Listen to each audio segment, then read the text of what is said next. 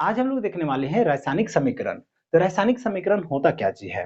तो जब कोई भी अभिक्रिया हो रहा है, कोई भी रासायनिक अभिक्रिया हो रहा है, उसको अगर हम वाक्यों में लिखेंगे तो वो बहुत ज्यादा लंबा हो जाता है।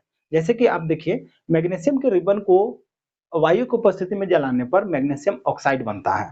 अगर इस चीज को अगर आप अपना कॉपी में लिखिएगा तो 2-3 लाइन पकड़ लेगा। लेकिन इसी को अगर हम शब्द में, है ना, या तो संकेत में लिखते हैं तो देखिए मात्र ये एक लाइन पे हो जाएगा। जैसे मैग्नीशियम प्लस ऑक्सीजन, तीर का चिन्ह, मैग्नीशियम ऑक्साइड, एक लाइन में कंप्लीट हो गया ना। या तो इसको संकेत में भी संकेत के रूप में भी लिख सकते हैं, जैसे Mg plus O2 tends to MgO। तो इस तरह से हम लोग का कोई भी जो रासायनिक अभिक्रिया हो रहा है उसको शब्द में या तो संकेत में लिख देंगे तो उससे जो भी प्राप्त होता है उसी को कहते हैं हम लोग रासायनिक समीकरण। इसमें कुछ चीज और भी ध्यान देना पड़ता है हम लोग को कि रासायनिक अभिक्रिया में जो भी पदार्थ भाग लेता है उसको हम लोग क्या कहेंगे? अभिकारक कहेंगे। रासायनिक अभिक्रिया में जो भी पदार्थ भाग ले रहा है उसको क्या कहेंगे हम लोग? अभिकारक। जैसे अभी का केस में मैग्नीशियम और ऑक्सीजन ये क्या कर रहे हैं? आपस में अभिक्रिया कर रहे हैं और बना रहे हैं मैग्नीशियम ऑक्साइड। इसलिए मैग्नीशियम और ऑक्सीजन जो है वो है हम लोग का अभिकारक, जबकि मैग्नीशियम ऑक्साइड जो है वो है हम लोग का उत्पाद।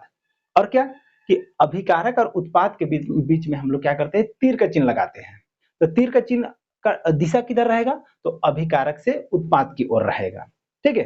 साथ ही साथ ये भी आपको जानकारी होना चाहिए कि अगर अभिकारक दो या दो से अधिक हो या तो उत्पाद दो या दो से अधिक हो तो उनके बीच में हम लोग क्या करते हैं? प्लस का चिन्ह लगाते हैं। जैसे कि यहाँ पर देखिए, अभिकारक दो ठो है, मैग्नीशियम और ऑक्सीजन। इसमें क्या किए?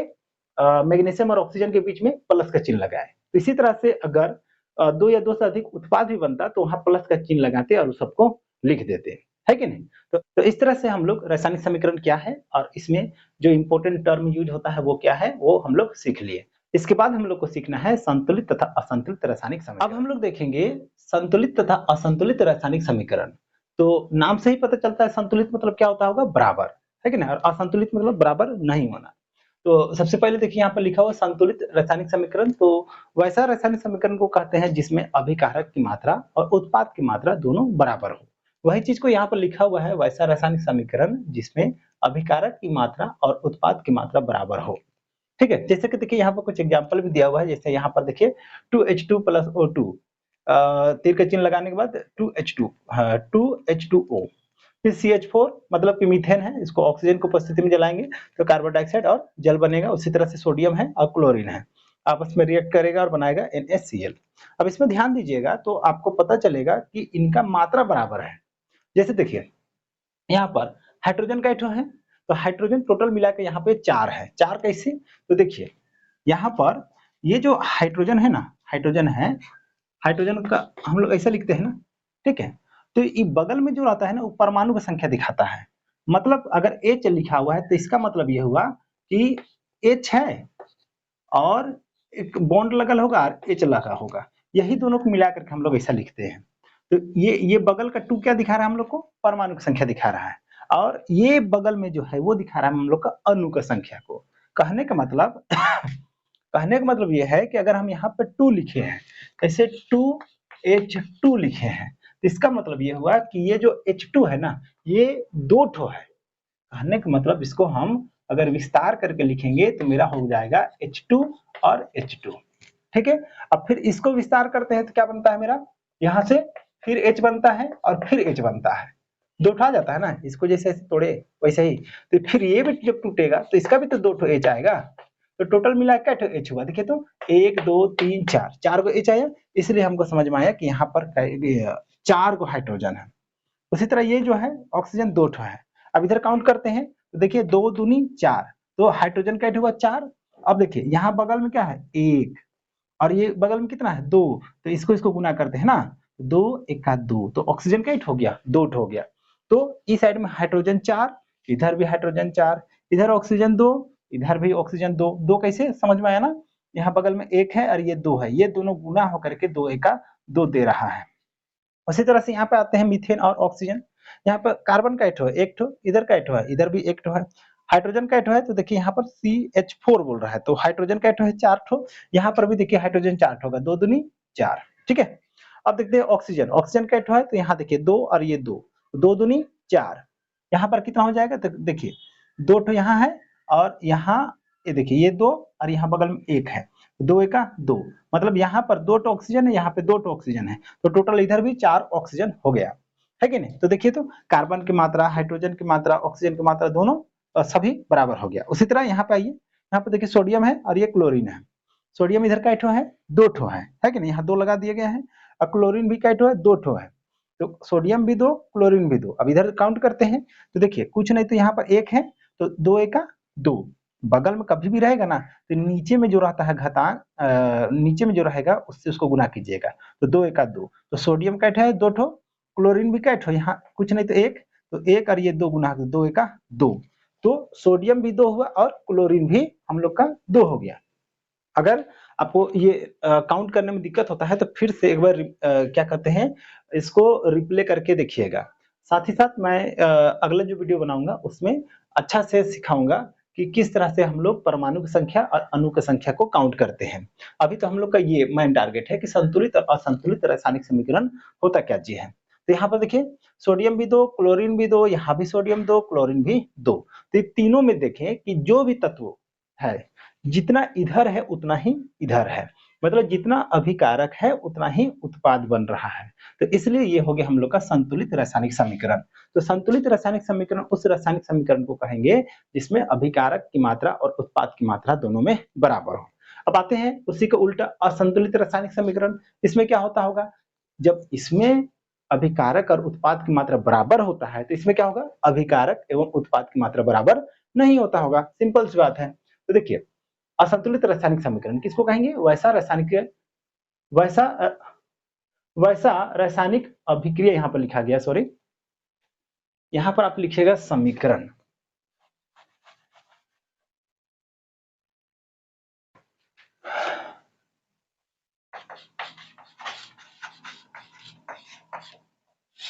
वैसा रासायनिक समीकरण जिसमें अभिकारकों तथा उत्पाद की मात्रा बराबर नहीं है कि नहीं। इसी का जस्ट उल्टा ये रहेगा, इसमें बराबर होता है, इसमें बराबर नहीं होता है। तो वैसा रासायनिक अभिक्रिया जिसमें अभिकारक की मात्रा और उत्पाद की मात्रा बराबर नहीं होता है उसी को कहते हैं हम लोग असंतुलित रासायनिक समीकरण। ठीक है, जैसे कि यहाँ पे देखिए यही वाला जो है, ये जो एग्जाम्पल है इसी को इधर लिखा गया है, बस अंतर ये किया गया है कि इसको संतुलित करके लिखा हुआ है और ये बिना संतुलित करके लिखा हुआ है। चलिए काउंट भी करके देखते हैं हम लोग। यहाँ देखिए हाइड्रोजन का ठो है 2 ठो, ऑक्सीजन 2 ठो, इधर हाइड्रोजन 2 ठो, ऑक्सीजन का ठो है मात्र 1 ठो, है कि नहीं। देखिए दोनों में आप ध्यान से देखिएगा, यहाँ पे 2 लगा दिया गया है, यहाँ पर 2 नहीं है, तो इसके चलते क्या हुआ, यहाँ पर देखिए ऑक्सीजन की मात्रा बराबर नहीं हो रहा है। यहाँ पर ऑक्सीजन 2 हो रहा है जबकि यहाँ पर ऑक्सीजन 1 हो रहा है। कैसे, क्योंकि बगल में यहाँ 1 है और यहाँ कुछ नहीं तो 1, तो 1 एका 1, जबकि यहाँ पर 1 है और यहाँ 2 है, तो 2 एका 2, इसलिए ऑक्सीजन भी मेरा हो जा रहा था 2।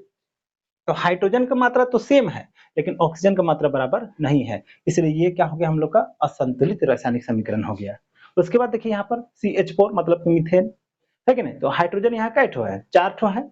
अच्छा कार्बन से पहले देख लेते हैं, कार्बन यहाँ 1 ठो है, यहाँ भी कार्बन 1 ठो है, फिर हाइड्रोजन काउंट करते हैं तो हाइड्रोजन यहाँ पर 4 गो है, यहाँ पर देखिए 2 ही ठो दिख रहा है। ठीक है, तो हाइड्रोजन भी क्या हुआ, अनबैलेंस हो गया, बराबर नहीं है। ऑक्सीजन भी काउंट कर लेते हैं, देखिए यहाँ ऑक्सीजन 2 ठो दिख रहा है, यहाँ भी 2 ठो दिख रहा है, यहाँ पर 1 दिख रहा है, तो इस साइड में 2 और 1 3 ठो हो गया और यहाँ पर देखिए मेरा 2 ही ठो है, तो ये भी क्या हुआ, असंतुलित हो गया। अब यहाँ पर देखिए सोडियम के बारे में देखते हैं, सोडियम यहाँ 1 ठो दिख रहा है, इधर भी सोडियम 1 ठो है, चलो ये बैलेंस है। यहाँ पर देखिए क्लोरीन 2 ठो है, यहाँ पर क्लोरीन 1 ही ठो है, तो इससे हम लोग क्या पता चल रहा है कि क्लोरीन जो है वो अनबैलेंस है। तो इस तरह से हम लोग का संतुलित और असंतुलित रासायनिक समीकरण होता है। इसको आपको संतुलित करने का भी टेक्निक है, उसको हम लोग देखेंगे नेक्स्ट वाला वीडियो में। अभी आप केवल ये चीज को समझो कि संतुलित और असंतुलित रासायनिक समीकरण किसको कहते हैं। तो संतुलित रासायनिक समीकरण उस समीकरण को कहते हैं जिसमें अभिकारक और उत्पाद की मात्रा बराबर हो, और असंतुलित रासायनिक समीकरण उस समीकरण को कहते हैं जिसमें अभिकारक और उत्पाद की मात्रा बराबर नहीं हो। अब हम लोग सीखेंगे कि रासायनिक समीकरण को संतुलित करने की आवश्यकता क्यों पड़ती है। कहने का मतलब संतुलित रासायनिक समीकरण का महत्व। तो जैसे कि आप लोग 9 क्लास से ही पढ़ते आ रहे हैं द्रव्यमान संरक्षण का नियम। तो द्रव्यमान संरक्षण का नियम हम लोग को क्या सिखाता है, तो द्रव्यमान संरक्षण का नियम हम लोग को सिखाता है कि पदार्थ को ना ही हम लोग बना सकते हैं ना ही इसका विनाश कर सकते हैं, बस इसको क्या कर सकते हैं, एक रूप से दूसरा रूप में बदल सकते हैं। और यही चीज होता है रासायनिक अभिक्रिया होते समय। कहने का अर्थ ये है कि जब अभिक्रिया होकर के नया पदार्थ बनता है, तो हम लोग को लगता है क्या कुछ नया बन गया, लेकिन रियल में कुछ नया पदार्थ ना ही बना है, ना ही घटा है। उसमें क्या हुआ है, तो बस जो पदार्थ हम लोग का अभिकारक है ना, वो अपना रूप केवल चेंज कर रहा है। तो इसी को सत्यापित करने के लिए हम लोग को समीकरण को संतुलित करने की आवश्यकता होती है। तो रासायनिक समीकरण का महत्व क्या है, ये आप लोग को समझ में आ गया होगा। अभी तक हम लोगों ने जितना भी चीज पढ़ा, उससे रिलेटेड क्या-क्या क्वेश्चन आता है उसको चलिए देख लेते हैं। तो सबसे पहले आप ये इस तरह से फिगर आपको दिया हुआ रहेगा और इसमें पूछेगा अज्ञात पदों को लिखिए, है कि नहीं? तो जैसे देखिए ये फिगर है, आपका बुक का ही फिगर है। तो ये बुक का देखिए ये वाला फिगर है, तो इससे आपको देखिए यहाँ पर जो भी अज्ञात पद है ना उसको लिख देना है। जैसे हाइड्रोजन है, कॉर्क है ना? काँच का ट्यूब है, इस तरह से है, सबको वहाँ पर लिख देना है कि नहीं? इसके बाद आपको एक और क्वेश्चन पूछता है कि आखिर मैग्नीशियम का रिबन को जलाने से पहले रेगमाल या तो उसको क्या कहते हैं, सरस पत्ता कहते हैं, या तो एक इंग्लिश में क्या कहते हैं, सैंड पेपर। आप लोग देखे होंगे कि जंग छुड़ाने के लिए एक पत्ता का यूज होता है ना, उसी को कहते हैं हम लोग रेगमाल, सैंड पेपर या तो सरस पत्ता। तो जब भी मैग्नीशियम को जलाया जाता है तो उससे पहले उसको क्या करते हैं, थोड़ा सा सरस पत्ता से या सैंड पेपर से रगड़ दिया जाता है, फिर जलाते हैं। तो ऐसा क्यों करते हैं, यही आपको क्वेश्चन पूछता है। तो इसका कारण ये है क्योंकि अगर मैग्नीशियम को, है ना, मैग्नीशियम का रिबन को लंबे समय तक वायु में छोड़ देंगे ना, तो वायु का जो ऑक्सीजन है, उससे वो अभिक्रिया करेगा और इसके ऊपर मैग्नीशियम कार्बोनेट या तो मैग्नीशियम हाइड्रोक्साइड का एक परत इसके ऊपर चढ़ जाएगा। तो इसलिए उस परत को हटाने के लिए इसको रेगमाल या तो सैंड पेपर से रगड़ करके साफ कर लिया जाता है, फिर जलाते हैं। अगर साफ नहीं करेंगे ना तो नहीं जलेगा। वही चीज का आंसर देखिए यहाँ पर लिखा हुआ है। उसके बाद एक और इम्पोर्टेंट क्वेश्चन आप लोग से पूछता है कि रासायनिक समीकरण को संतुलित करते समय कौन सा नियम का पालन किया जाता है? तो इसका एक लाइन पे आंसर होगा क्या चीज, द्रव्यमान संरक्षण का नियम। तो इस तरह से हम लोग का लेक्चर 1 और लेक्चर 2 में जितना भी इंपॉर्टेंट क्वेश्चन पूछता है वो यहाँ पर कंप्लीट हो गया। अब हम लोग सीखेंगे रासायनिक समीकरण को संतुलित करना, लेकिन नेक्स्ट वीडियो में।